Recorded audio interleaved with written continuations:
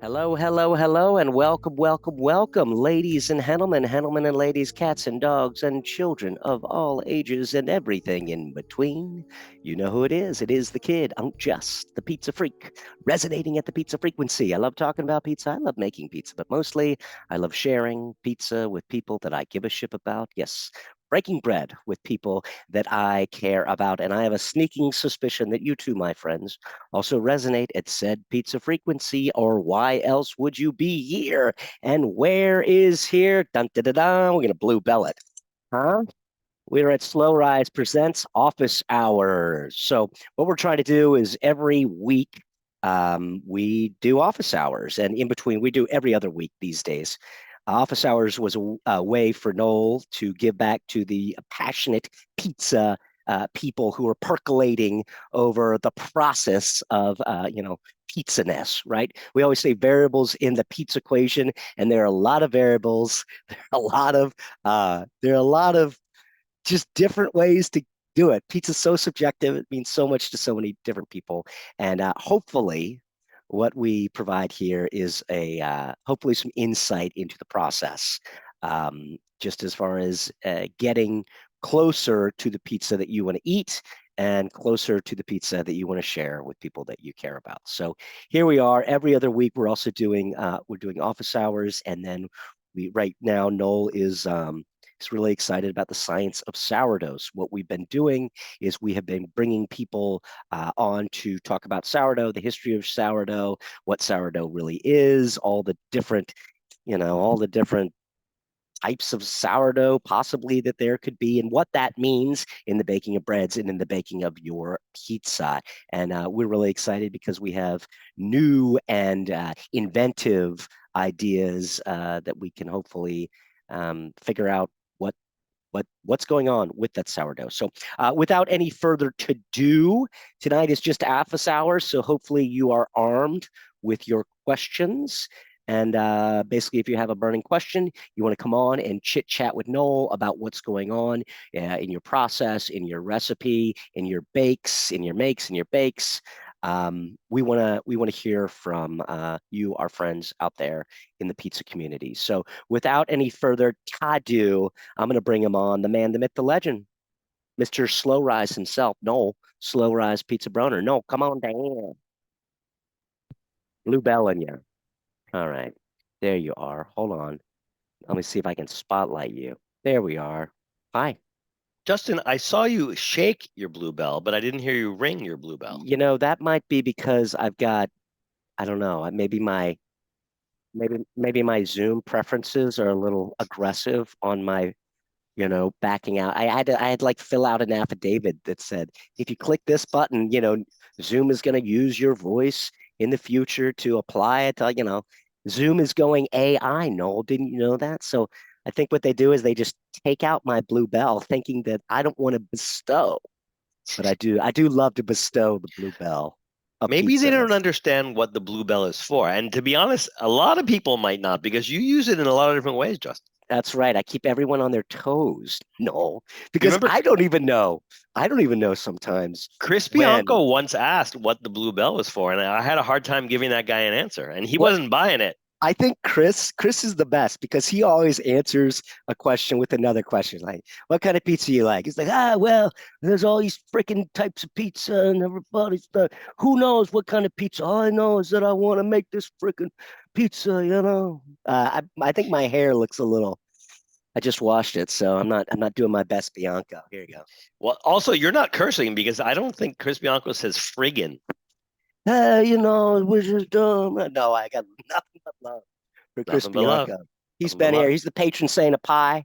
We always say in the words of Chris Bianco, you burn, you learn.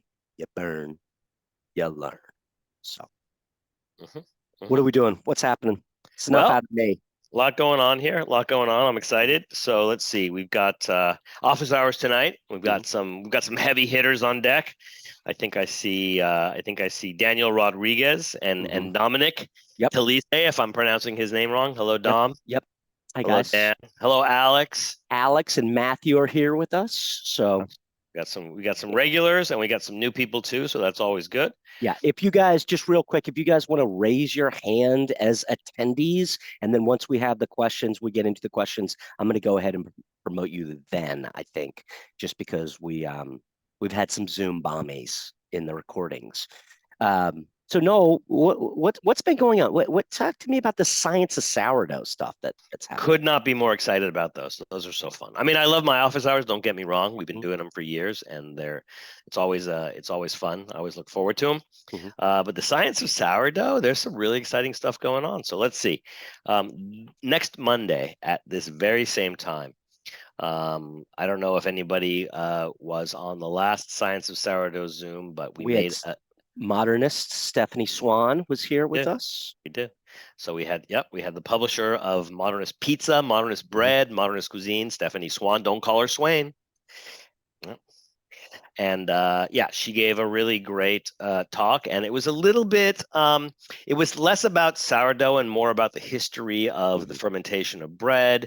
A lot of talk about yeast, a lot of historical stuff, there's a lot of ground to cover. It's thousands of years, right? Yeah. I mean, it was super interesting, and it's all a bunch of great pictures that they had from the modernist book. So you're basically getting a expedited little history lesson in sourdough to commercial yeast and up to today, and how it has weaseled its way into the culture and what it has meant for generations. So there you go. Do we have that up on YouTube already? We do. If you want to put a link to that in the chat, that might be helpful for people who were not there. That would be awesome. And Noel, you can tell people about, so what we're trying to do is with the office hours and the science of sourdough, within a 2 or 3 day turnaround, they are available on Noel's, the Slow Rise YouTube site. They're not available. They're available by as a gift from the one and only Justin Clark Dre, who works his butt off night and day to get those bad boys out. No. Up and away and out. I just think, like I said, I think it's good to have tools for people to use, because if we don't have, I mean, you know me, we always make jokes about the dough. I say the doji dough. One of the jokes we used to say is, we're talking phyllo dough, and that's the philosophy of the dough. We're not talking puff pastry here. I always said it's all about that found day dough, whether it be people or pizza. You don't have a solid foundation. How can you build upon it? One thing that I said earlier was just, and you and I talked about this on all the Zooms, was just the variables in the pizza equation, right? And it's really a personal journey trying to figure out what type of pizza you want to eat. And there's so many different opportunities, from the scaling to the type of ingredients to the mix style to the oven to the rest time to the bulk time to all these different things. And so I really think that by providing this opportunity for people to come on, and then having it there as a reference for people to use in the future of pizza making, I think you're doing great stuff. So I'm going to go ahead and put that link in the old YouTube. Thank you, sir. Put that YouTube link in the chat, right? You say potato, I say tomato. There you go. All right, so let's see here. So we made a very exciting announcement, which is that we are going to begin sequencing people's starters. And we've been talking about that. We've been talking about the science of... Justin, let me finish. I know you have a lot to say. What does that mean, sequencing? Well, hold on. I'm going to talk about it. So basically, we've been talking about what's in people's sourdough starters and where the yeast comes from, where the bacteria comes from, what's a microbe, right? What are the little critters and creatures that are also part of this lovely alchemy that we call dough? It's a lot more than flour, water, salt, and yeast, right, Justin? It is indeed. So I've been learning a lot. And so one of the things that our friend Cameron is going to do is he spent the better part of the day on Monday driving up from San Diego. He left his house at 4 o'clock in the morning and was in LA for, I believe, the first pickup around 6 a.m. at Giant Isaac Bread, one of my favorite bakeries. Actually, it's my favorite bakery in Santa Monica. And I go there every week for their Danish rye. and they do a big bagel business. They do all kinds of beautiful sourdoughs and really nice. I'm putting that in the chat. Let's put a link to Giant Isaac. Technically, I think we like to call it Ocean Park here in Santa Monica. That's just a thing we do. But most people think of it as Santa Monica. We think of it as Ocean Park. So it's on Ocean Park Boulevard between 15th and 16th. And Giant is a very young baker who started doing cool stuff during COVID, and they bought an old pizzeria and turned it into a tiny little. It's not even a micro bakery; it's so small. It's a nano bakery, really. And they outgrew it. They outgrew it as soon as they opened, pretty much. So it's exciting. They're going to be opening a new location, and I was supposed to actually tour it last week, but time did not permit. But anyway, Cameron came and picked up a starter from him. Then he went over to Clark Street Bread and picked up a starter from our friend Zach. And then he went to Andy's place, Bub and Grandma's. And Andy's been on some of my pizza projects with me. Putting that in the chat too. Yep. Let's put that one in the chat. And then they headed down to Long Beach to what's the name of that place? Speak Cheesy. How could I forget? Speak Cheesy. Going in the chat.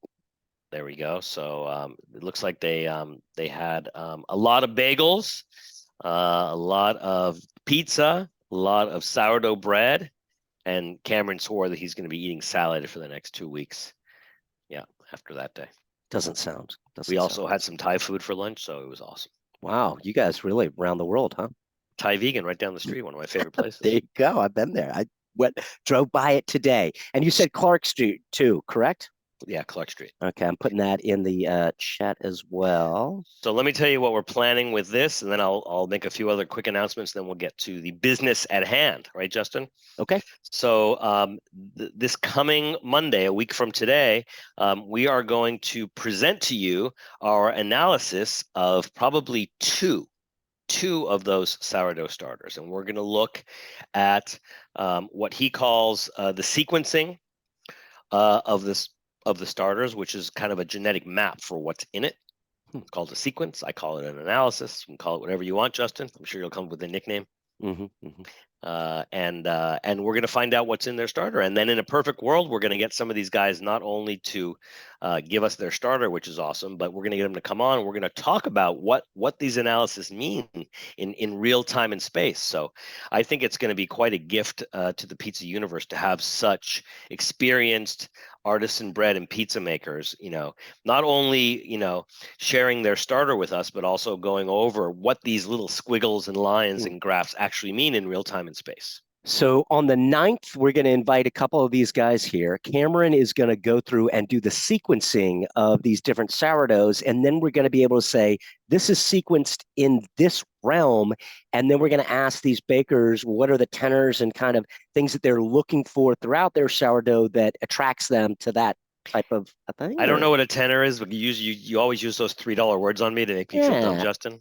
Little tenors and tenets of the doji dough. You know the tenors deal. And tenets of the doji dough. Can I quote you on that? You better believe it. I'm quoting you. Hold on, let me write it down. Pizza freak. Awesome. And then in a couple more weeks, you said on the 23rd. Don't get me started. So this is one of my favorite new books. This is The Culture of Sourdough. And I threw a Hail Mary to the universe, and I emailed a few friends. I'm like, does anybody happen to know Eric Palance, my new hero? And Stephen, what's his name? Peter Reinhardt got back to me and said, I happen to know him. Would you like an intro? I said, would I like an intro? That's like an early Christmas present. So he introduced us.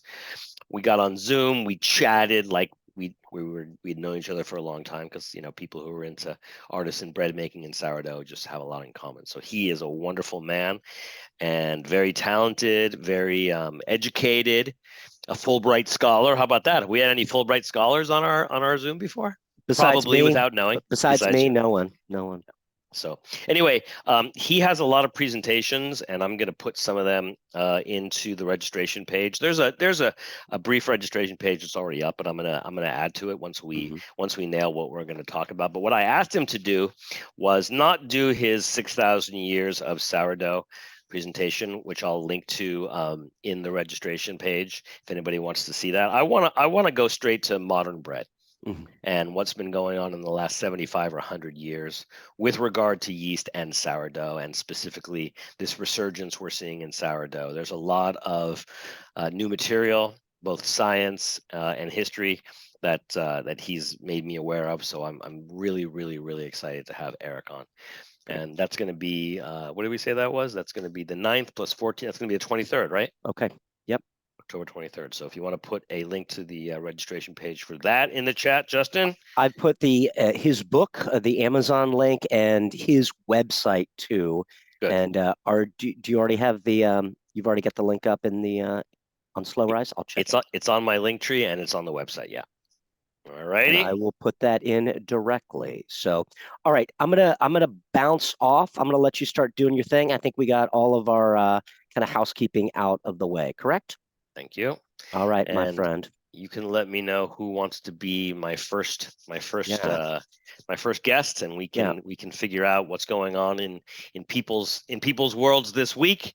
Yeah. And if there's any mysteries to solve or questions to answer or ask, we'll do that, right? Yeah, I'm promoting people right now. So we will see if anybody has their hands raised or any good. Anybody want to jump on? Anybody? Anybody want to jump on? Well, Oh, people are shy today. yeah. Then I'm gonna jump back. I'm gonna jump back on. There we go. Hey guys. We're not getting anybody really wants to talk to us right now. People are feeling shy. I'm There kind we of go. surprised. There's Dom and Daniel. Hello, friends. Two of our regulars, gentlemen. Yeah. How are you? Dom is raising his hand. So Dom, you're coming down, brother. There we go. How's it going? How are you, sir? I'm good. All things are well in my world. Haven't had any catastrophes lately. But since no one happy to was hear. talking, I went to the Pizza Expo in Atlantic City yesterday. Oh, And let's talk about that. yeah, it was a good time. There was a lot to see. I was pretty impressed. Like I that was the first time that I got to see some of like the ovens up close and personal. I was pretty impressed with the Poland, the Pro Group, their oven. Like that had some really cool technology. They had But hold on. Let's go back. So the Poland oven is a great oven. I'm trying to think. So Giant Isaac uses one at his current bakery here in Ocean Park, and Forno Campo dei Fiori in Rome. They have a big giant version of that. Did they have the electric or the gas version? Do you know? That was the electric. The electric version. Yeah. Yeah. Oh. But like the bake that was coming out of that oven, and I don't know, like they had Angelo's from Philly, and he was making some of the pizzas. I don't know if it was his dough recipe specifically, but I've never had a pizza that was like so light and airy, but so crispy. Yeah. And like it was like the texture that on that pizza was unlike anything that I've ever experienced. And that just got me thinking, I'm like, is it the flour? Is it the oven? Is it like, what are all these different factors? Like, how could I get my dough a little more light and airy? So, it just kind of sent me down the rabbit hole a little bit. So I don't remember which classes you've taken. Have you taken Angelo's class, the on-demand class, or that was formerly a live class we did with him? I did not. Oh, I didn't know that you had one. We have one. We've got a lot more coming, but that one has been up for the better part of, I don't know, 4 or 5 months, I think.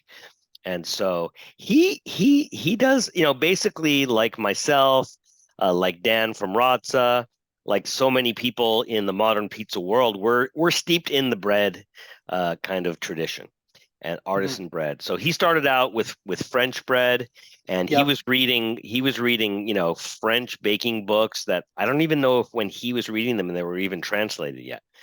He uses a pouliche. And one of the things he does with his recipe is most people use a little bit of yeast in the pouliche, actually a lot of yeast in the pouliche, and a little bit of yeast in the dough. He uses no yeast in the dough. And so when we did that class, I got to say, man, there must have been 60 people in that class. And I feel like 20 of them emailed me to say, Noel, your recipe's wrong. You forgot to put the yeast in the dough. You've got the yeast in the pouliche. And I'm like, no. That's how he does it. And they're like, no. It's not going to rise. I'm like, it's going to rise. They're like, no, it's not. I'm Yeah. like, well, come to class and we'll decide. Yeah, and like I've had his pizza before, and I don't remember walking away from it like with this. Like it was delicious. Don't get me wrong, but like I don't know if like it was the day or what. Like I've just the New York water, the Brooklyn, the Coney Island water. Maybe. Well, to be fair, it probably was closer to Philly than it was New York. But no, it was like, and I did a little investigation. I didn't have time to actually talk to him, but I think they were using Stagioni Blue Label type 0. So the percentage I think was only like for protein was like 12%. So he's been known to use a lot of different flours. I know that when I was I've interviewed him a bunch of times, and we did a class with us, and so he uses whatever he's got, and that's what I like about some of my favorite bakers. Once they nail it, they keep looking for other flours to use. So I think he really likes that flour, and I know he likes to mix flours as well. Yeah. So he's got a lot going on. So let's see. So he has an electric. He has 2 ovens. He has a big gas deck oven that he does all of his bread and his pizza in. And then right around the time we were doing the class, which was last January, he had just bought an electric deck oven that he was going to start using for pizza, which I'm assuming he's using for pizza these days. Yeah, I think it's the Poland oven that they were demonstrating. And I follow him on Instagram, and I remember when he got the oven, he had a whole bunch of issues because the building didn't have 3-phase and everything else. So, that's like one of those things. I'm like, I would probably figure that out beforehand, but that's a classic pizza move. I gotta say, my pizza brethren, they don't always do their homework. It's almost like the better the pizza they make, the less homework they do, because these guys, man, when you got the feel, you don't have to do your homework, do you? Yeah, I guess so. But no, the expo was good. I ended up making pizzas for Mariforni for like an hour or so. So it was fun. It was good networking to get out there, and like there's a bunch of people that are kind of in the same boat as me, and just kind of talking to them and having someone else to chat with, like through business plans and things like that. So it was great. Yeah. How far are you from Atlantic City, right? Yeah, so I'm about an hour and a half, but my parents live in LBI, so it's like 30 minutes from there. So perfect. Went there. I was a single parent this weekend, so I dropped the baby off and I went to the Pizza Expo. Perfect. Is it a 2-day thing? Yeah, it was a relatively small show. I felt like I got everything in that I needed in one day, so no need to really go back today. It's pizza and pasta, right? Yeah, it's pizza and pasta, and they had some other like Italian specialties, so it was a mixture. But looking back on like some of the seminars and stuff, I probably would have been wise to go today, but baby duty. So I understand. Yeah. And how's your dough doing since your series of fiascos? Yeah, it's a lot more like, dare I say, predictable, but I kind of know what I'm getting into. As the weather has shifted, I've noticed the proofing time has been taking longer, so I wasn't necessarily taking that into account, especially outside. So I'm thinking like when the winter comes, if I still want to make pizza outside, that's going to be a fun one. So starting to think through how am I going to do that. Well, let's see. We did a class with Dan from Razza, which will also be going live soon. And we did 3 with him. One in an electric deck oven, one in a home gas oven. And the electric deck, it was obviously electric. And then we did one, I think he used an uni outside, and it must have been like 18 degrees out, if not colder, probably colder with the wind chill. And he had issues. He definitely had issues. But he made awesome pizza. Yeah, I'm not so sure that I'm concerned about the baking piece, right? Like, I feel like I can get the oven hot enough to do what I need it to do. It's more so like the proofing, right? So when I take my dough out of the fridge, I had a time where, like 2 hours before an event, I would take it out of the fridge. By the time I got there set up, it was pretty much where it needed to be. And it would stay there for like, 3-4 hours, depending on the temperature outside. But now I'm thinking, all right, so if I keep the dough in a fridge at 37 degrees and I take it out and it's 37 degrees outside, like that's something I got to think through. So I'm thinking I probably have to take it out, proof it at room temperature before the event. And then hopefully with the cold temperatures, it'll just kind of keep at that level for a longer period of time. Let me ask you a question because I'm curious. Yeah. In the class we did with Danny from Angelo's, he showed us his retarder, and apparently he holds his dough overnight for as many as 2 nights. I think in about 55 degrees. And so I'm just wondering, I know you're not doing super huge batches. Do you think that you could purchase like a wine fridge used and hold your dough at a temperature that's not 37 and isn't room temperature, but maybe somewhere in between? Yeah, I mean, I'm running out of space for fridges, but Well, but the I wine love. fridges are very small. No, I know. I love an opportunity to spend money too, so that could be an option. I do have a wine fridge. It's full of wine though, so maybe I got to start drinking some of that and then try that Yeah. out. Also, I got to say, I've recommended these wine fridges to a bunch of people, a bunch of my students, and people who are thinking about opening pizzerias. And it's a good step up because while they're not that cheap new, like you can find them on Craigslist and on eBay for like 100 or less because people buy them and they get all excited and they don't really use them. I don't know why. If I drank wine, I would use it. You keep your red and your white, or just your reds in there? Yeah, it's like probably twice the size of like an under counter, so it's pretty tall. It's Oh, you taller have a than a big one. regular fridge. Yeah, Yeah. So and it's just full of wine because we don't drink it quick enough, I guess. But I guess. yeah, you can Or actually see you it right age it there. just. I can Yeah, see it. I can see it. yeah. Well, maybe you can drink some of the wine and put some dough in there and give it a little test run.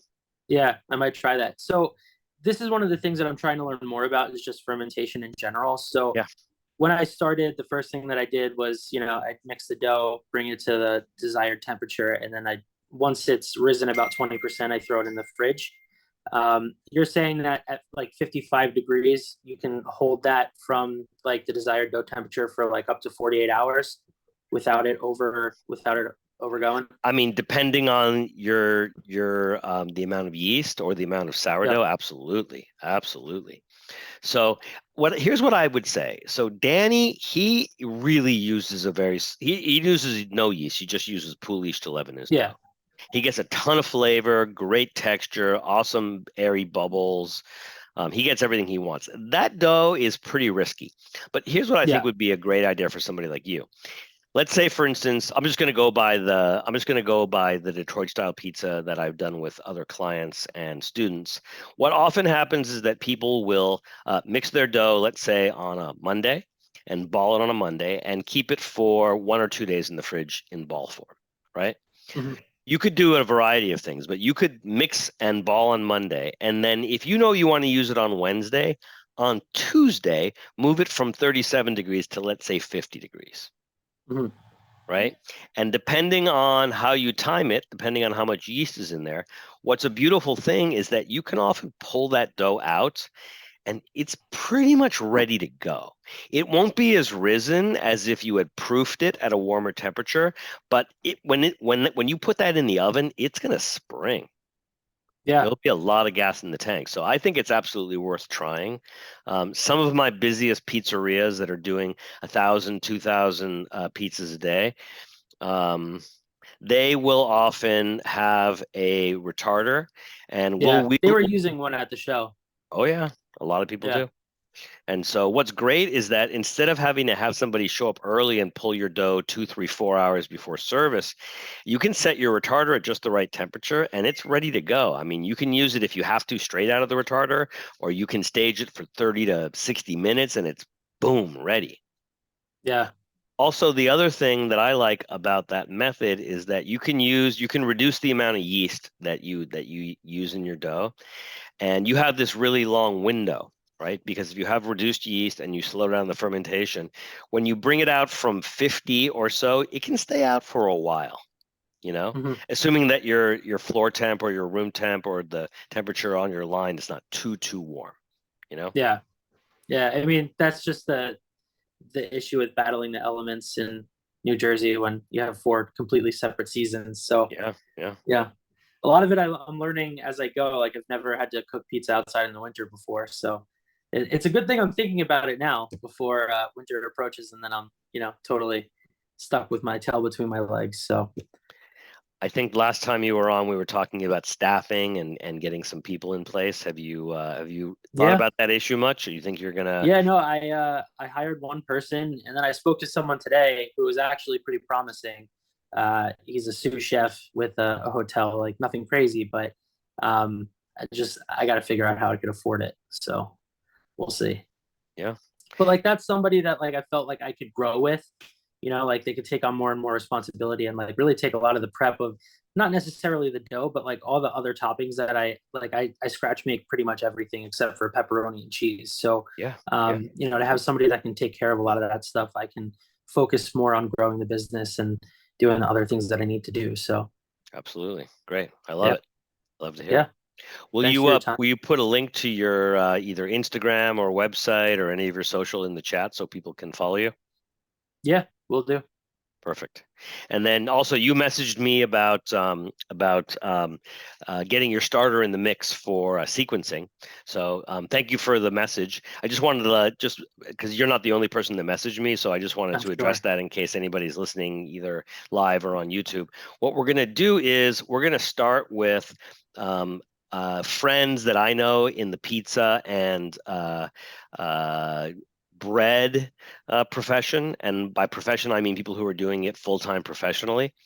And we're going to start with their starters. So I've reached out to about 4 or 5 people locally, and then another 4 or 5 people outside of LA, San Diego, and then a few more people on the East Coast, and maybe a few people in the Midwest. So we're going to send for their starters, and we're going to start sequencing those. But as early as this week, we're going to set up a portal where you can fill out a few questions about your starter, and we're going to start putting together a database, because there are certain things that as we grow our library of starters that we will be looking for. And so it really doesn't honestly matter to us if you're a big time professional or just doing a startup or even just a home baker. There's certain particular characteristics that we're looking for.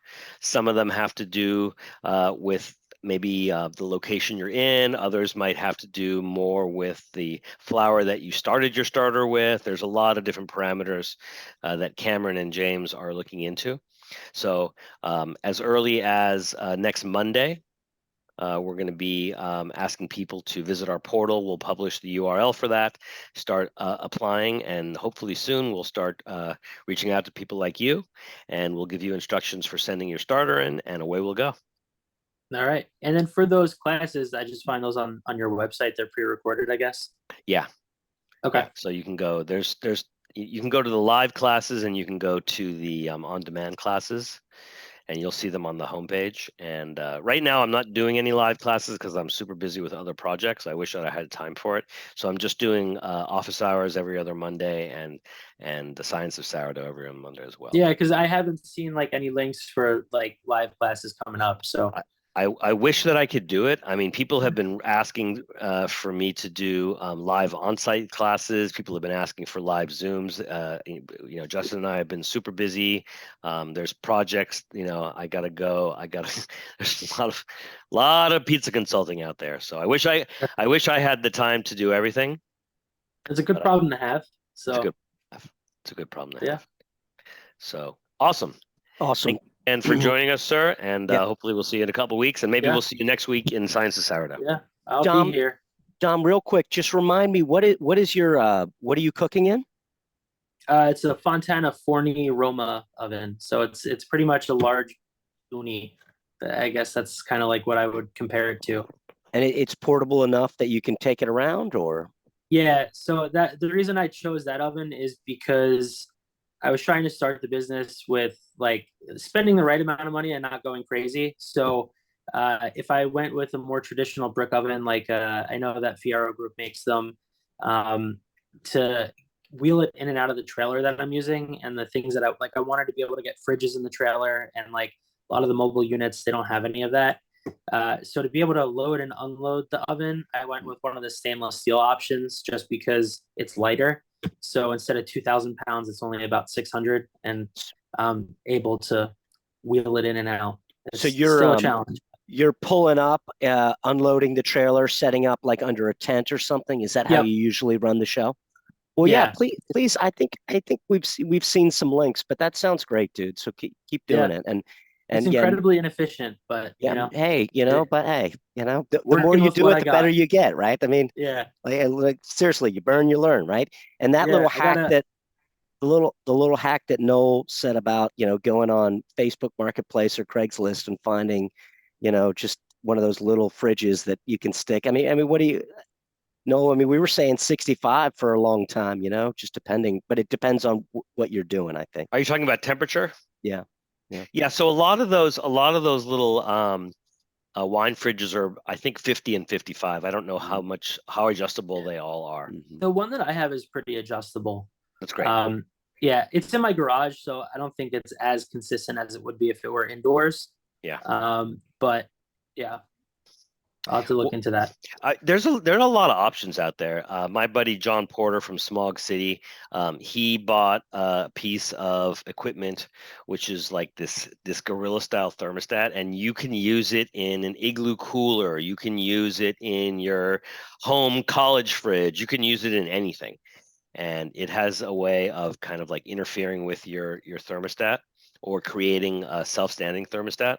Hmm. Um, That's crazy. there's a lot of stuff out there. Just look around. Yeah, I So will. you don't have to buy an entire, new pieces of refrigeration.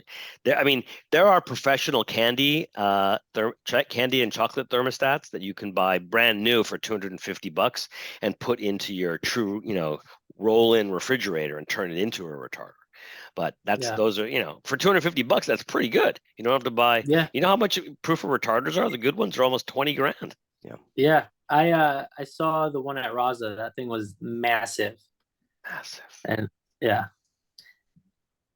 I have not seen the one at Raza, but I would like to. The next time I go to New Jersey, I'm going to go because I haven't been there since he opened up his bakery. Oh yeah, yeah. the other half.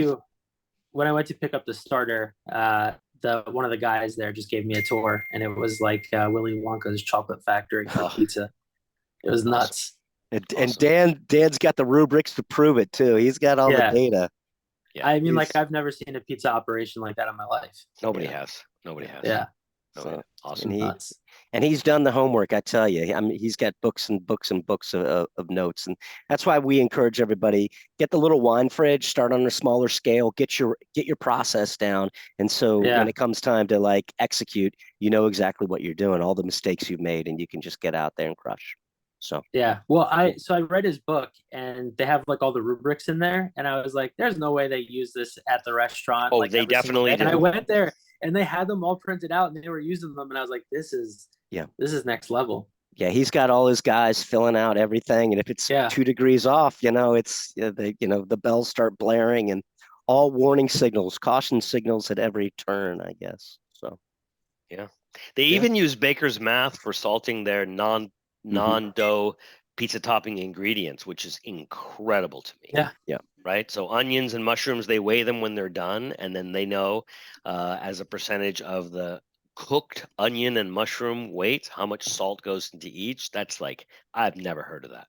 Because I think yeah, that what I loved about him, and even being a home baker, and I'm sure you know this, I mean, one of the hardest things is consistency because all the variables are going to change, but what can't change is your pizza, right? Yeah. And yeah, so how do you keep it? How do you keep that consistent while everything else is changing? Yeah. You know, Yeah. you Yeah. Yeah. got you gotta shuck and jive. You gotta do the dance a little bit. yeah. The do-si do, right? There you go. There you Yeah, go. but it's one of those things where like you read it and it's like this is great in theory, but like how realistic is it to practice it? And then like you actually see it happening in front of you and you're like, this is like for somebody to be able to pull that off it's very impressive. Mm-hmm. I mean, Because it's all I write down all my recipes and like I'm a fanatic about making sure that I weigh every single ingredient for consistency. And like I get it with the dough, like depending on the temperature outside, like there are minor fluctuations, but most people can't really tell unless I really screw something up. But like it's next level. Right. But yeah. you can tell. I can tell, Right. others can't. Right. And Yeah. my wife's like, "Why are you like? It's delicious." And I'm like, "It's off." I Well, can tell. that was another thing that Danny said. He's just always like, nah, I'm never. He's like, I'm never really. I don't like. He's like, my pizza. It's kind of like, yeah, it's okay. I don't know. Yeah. But he went on he went on for a while about ordering Domino's and eating the what do they call the pizza the pizza pockets that Domino's eat. I remember that. He's like, I He's, love a pizzola or whatever it is. he's a Jersey boy. He grew up He's in a so funny. neighborhood pizza. You know. Yeah. He's great. I think so. He started. I mean, he got really exposed to it because the Zarconi name, correct? No, no. You're talking No, about Dan from Razza? no. I'm talking about Danny from Angelo's. The fact that he married into the family has Mhm. nothing to do with his success as a pizza maker, because he would have been successful wherever he was. The fact that he took over an old deli shop that happens to be in or around that same little pizza, that bread and Bread bakery, family. yeah, I think has little or nothing to do with his Okay. success. But he did in that video. He takes us down and shows us the 100-year-old oven in the Yeah. basement of Zarconi's next door. It's pretty crazy. He's like, let me go out. I'm gonna have a cigarette. Oh, let me take you down. We're gonna go down and downstairs and check out look at this oven. He wanted a smoking break in the middle of the class, and they're like, Yeah. you don't get a smoking break during a Zoom Pizza collab. If you want a break, we're coming with you. Where are you going? He's like, well, you want to come with? I'm going to go to Zarcone's and This will be great. I'll fire up the oven. And then he Oh, fired look up the oven. And he's like, wait a minute. You want to know? We want to see something even cooler? The original ovens are downstairs. Here, follow me. Oh yeah. It got crazy. It was just. Yeah, he's an entertainer too. Yeah, he's a piece of work. He's amazing. For sure. So, all right, we could go on forever, but I would like to Awesome. speak to a few more people. So hopefully, Mr. Rodriguez is Thanks, lurking Sorry to in the take up all dark. the time. No, don't be you sorry. dare. We Don't enjoy you talking dare. to you. We'll see you All soon, right. buddy. Thanks. Take care. Daniel, you have anything you want to jump on, bud? All right, can you hear me? Okay, cool. We hear you, but we don't see you. But that's fine. Your voice Nice. is carrying very well. Okay, perfect. Yeah. Well, how you guys doing? We're doing great. How are you? Not bad. Just just enjoying a day off, kind of. Must be nice. You have Mondays off at your pizzeria? Yeah, I go in for just to like make a few things, but I like have the rest of the night off, which is cool. And you seem to always show up on Monday nights on my Zoom here. I'm a little surprised. Don't you want to be hanging out with your wife or your family? I do. No, I mean, I do hang out with them. I just had dinner with them, but I'm like, I'm just gonna try and take some time to like see if I can like learn some stuff. That's what There you go. mean, it's Awesome. pretty important when you make pizza to keep learning. Keep learning. Absolutely. Yeah. Absolutely. So what have you been tinkering with this week? I I haven't been tinkering too much. I've been kind of trying to like sticking to the same things that I'm doing. But I have like, it's funny that Dominic was talking about the weather, because yeah, that was like it started getting really cold around here, and that same thing happened to me. I'm like, wow, this stow's been out for 3 hours and I haven't gotten much growth here. No. How cold is it in Boston? We started like in the mornings when I go into the pizzeria. It's like right now it's like 63, 64 degrees when I get in. But then once I fire everything up, it gets up to like, 70, 72. But when, the ovens don't turn on till like 11 or 12, and the dough comes out around like probably like 10. So that's when it's like, oh, that has been like a struggle a little bit, but So I here's feel something like, I'm curious about. How many decks yeah, do you have? Do you have 3 or 2? 3. So here's what I noticed when I've worked using Pizza Masters. Here's what I can do. How many decks do you run during a lunch shift? Lunch, I just do 2. So here's what I noticed. Depending on how hot you're running your ovens, if you keep your dough in like on a cooling rack in the dough box covered, and you put it in one of the adjacent ovens to an oven that's on, preferably below because hot air rises, that chamber is usually around 80 or 85 degrees, which is perfect for proofing dough.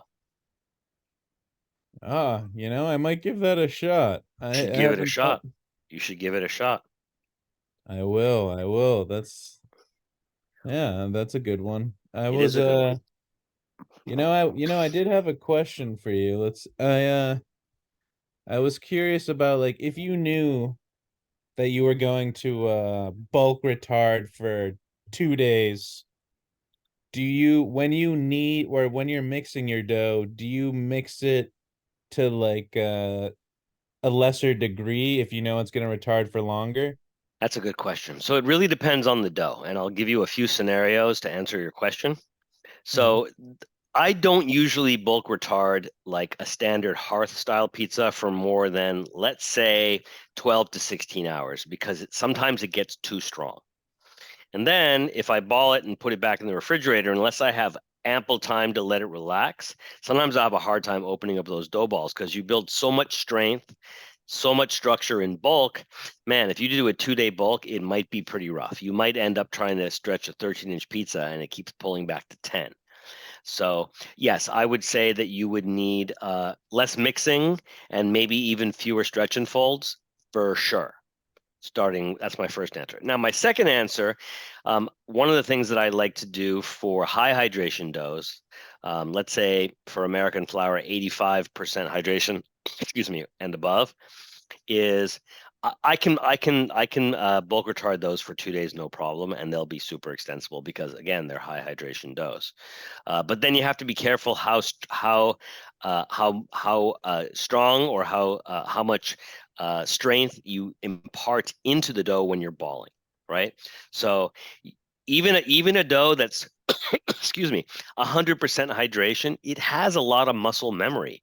And when you're doing like an intensive mix, and when you're doing a lot of stretch and folds, and when you're doing a long bulk multi-day, man, there is a lot of strength, even in a dough that's 100 or more percent hydration. So what I would say is that you really got to watch how many stretch and folds you do.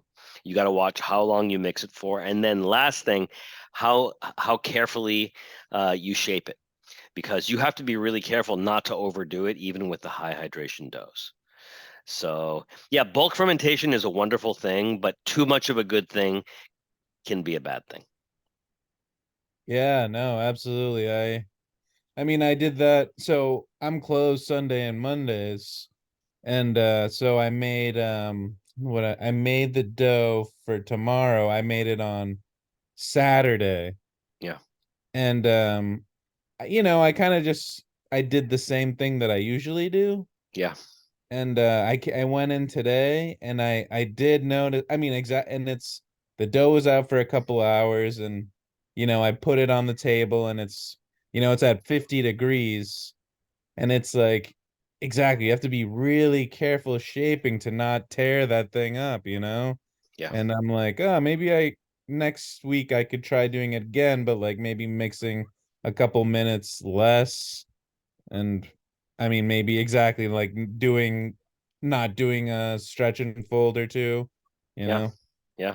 I mean, what's interesting is that I really think that a lot of people take for granted like hydration for a specific recipe, or yeast or salt or any of these things. But with all the moving parts in a recipe and in a process, one of the things that I think is really cool about hydration, for instance, is that, let's say you're doing a pizza that is normally 65% hydration, but you decide that you want to do a long bulk, right? Let's say, for instance, you are closed Sunday and Monday. You want to come in maybe for a very brief period on Monday, right? And just ball up some dough, put it back in the fridge so you're ready to go on Tuesday, right?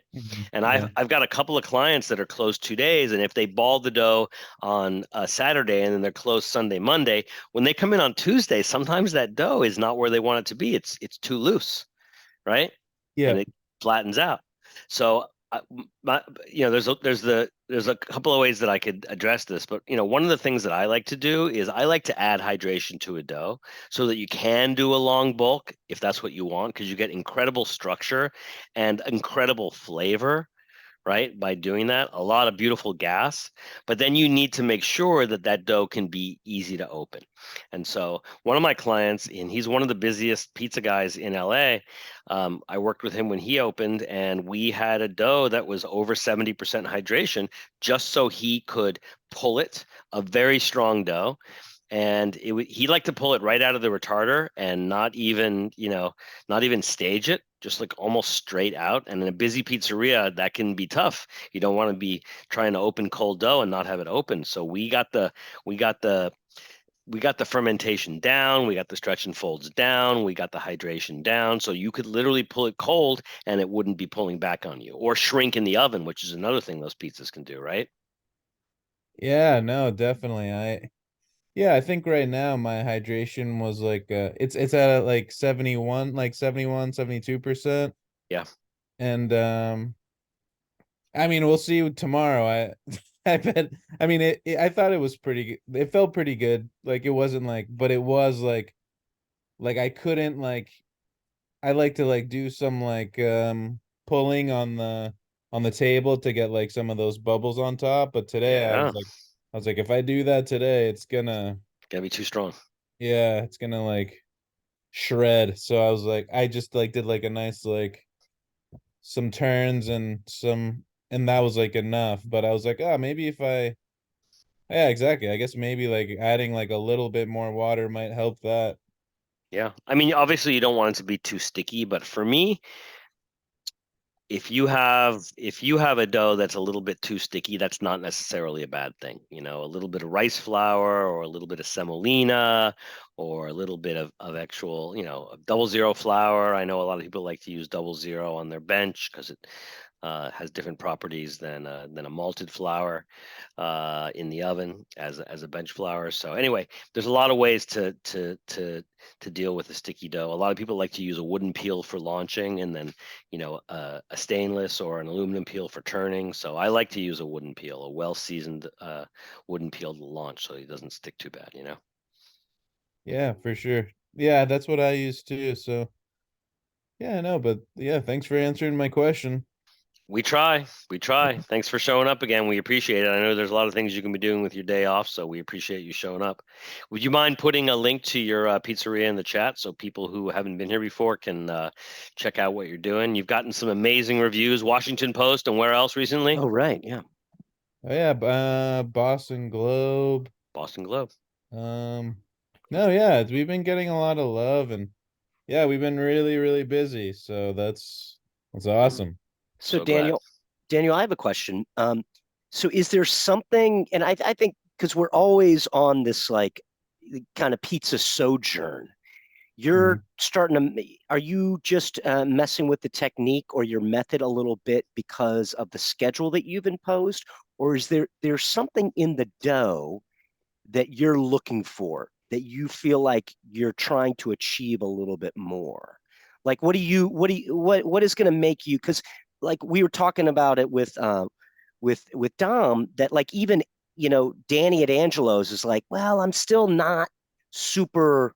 I mean, I have that like when I make my pizza, people are like, you know, they like the pizza, but when we taste our own pizza, there's always a little something there. Well, I'm looking for this. Well, I'm looking for this.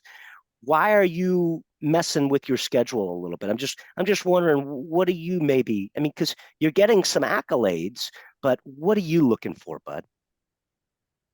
Honestly, I just like I change what I like all the time. Hmm. But I mean, for me, like what I want in like my pizza is like I really like care for like the end-to-end structure of like bubbles, and exactly, that's very important to me. Like when like I'll get like, I mean, exactly, like there's so many things I've messed with too recently, and it's like with oil or with changing salt percentages, and like I've gotten like things that I've liked, things that I didn't like. And it's also hard to like record all those things when you're like when you are changing so much. That's also a bad thing because you're like, oh, what actually happened? Right. Which things did I mean? That's why Noel says you say you change one thing and you take note of it, maybe two, but if you start changing more than that, you're never gonna fill out those Yeah. variables in your pizza equation. Oh Noel? yeah. 100%. And I mean, even that, like I saw the Danny video, and like, yeah, to Dominic, I like that video is amazing. You gotta watch it. I think I've He's seen it like 5 times. he's a madman. I mean, he's just like, well, And yeah. he's He left yeah, the dough. He left the. We did the mix, and then we go and make the pizzas, and then he comes back. yeah. He's like, oh no, I never got the dough out of the mixer. Oh my Like these God, guys are yeah. gonna kill me. These guys are gonna kill me. Yeah, no, he's hilarious. Yeah, he must have been hammered for sure. He was getting after it. It was good. It No. was good. Don't tell his wife. Oh yeah. Yeah. Oh, But she knows. She there knows. there was stuff Yeah. that we cut stuff out of the video. So just I mean, they I think the first Zoom we did with him, Justin, during the beginning of the lockdown, he was drinking scotch and he Oh, was yeah. sitting on his daughter's chair. where he fell out of the chair. Fell out of Yeah. the chair, and I think he Yeah. broke it. Yeah. Oh my I have that somewhere. But I think he saved the bottle of scotch Yeah, or he's like, tequila or whatever his poison was that night. It was a beautiful moment. Oh, that's funny. That's He's got fast hands. yeah, yeah. Good dude. Good dude. Let's see. So, Daniel, I have a question for you. So, for people who might not have been with us on other weeks when you were here, you were talking about structure from edge to edge or end to end. What do you mean by that? So that what I mean by that is like you're getting like I mean, how can I describe this? I think it's just like, like so like for like Neapolitan style, there's like that cornichon at the end where that's like you just see like all the big bubbles there at the end. But like what I'm looking for is that, but like throughout from like the end to the very tip. So you're just getting So like from the cornichone to the front of the triangular slice, you want to see crumb structure, even if it's smaller bubbles, all the way from the tip of the triangle to the edge of the cornichone, right? exactly, yeah. And that's what I mean, for me, that's what I think is like so much of like the like light, airy texture. And that is like like the aroma, the flavor, and I mean, even like with certain things, I just recently started like adding pecorino, like when I like cook my pizzas but like, I just need to like nail the like structure or I'm just like, it's all right. I get it. I mean, get it. that's what we always say. We always say that like when it's the foundation, and then everything else is just that's just the topping is just an accoutrement to the bread, to the structure, to the stuff. So I love it. Yeah, no, no, what was I was just reading actually a comment by Dominic and I was like, no, I actually like do my pizza's pretty thin, but it's like I like do a 1 pound I do a 1 pound dough ball for a 16-inch pizza.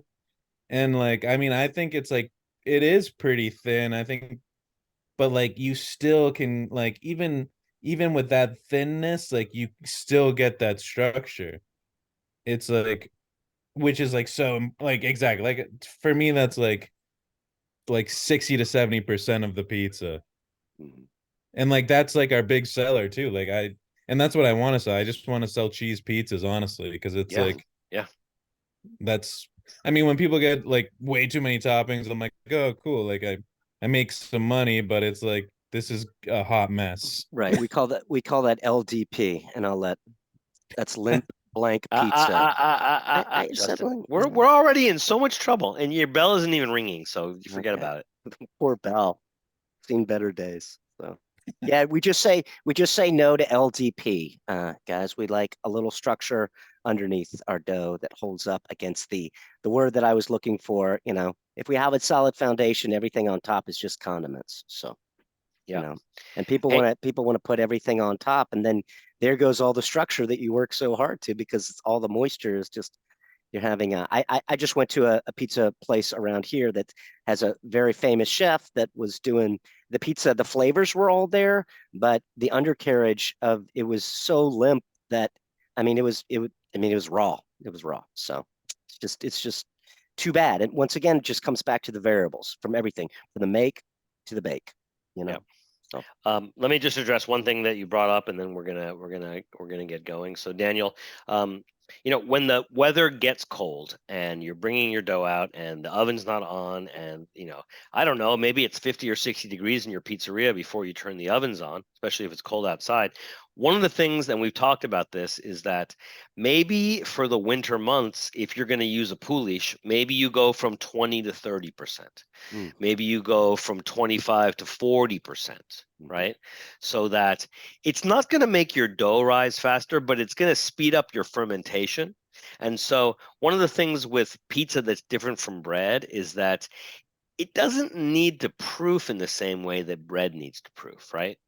What you need is enough gas in the tank so that when the pizza hits the hearth, it's going to have the oven spring you want to create the crumb structure all through the slice that you want, and maybe a little more fermentation, not necessarily more yeast and not a higher DDT, right? But a little more fermentation from the pre-ferment, whether it's a sourdough or a pouliche or a biga or a pâte fermentée, maybe that might help a little bit too. Yeah, for sure. Yeah, we talked about that, and I am gonna mess around with that. I think like I have taken a couple step backs, and I'm like, all right, I'm gonna like stick with this hydration, stick with this salt for like a little while. Yep. And but yeah, exactly. Maybe add a little bit of pouliche one day and a little bit extra and see how that goes. Yeah. I mean, there's a lot of things you could do. You could even put less salt in your dough, and I know that would change the flavor of the pizza, but I gotta say, if the most important thing is getting that structure, you could always add a little bit of salt to your sauce to make up for it, right? Yeah, no, actually, I think we talked about this. Like I was adding more salt for a while, and I decided that was like not the move.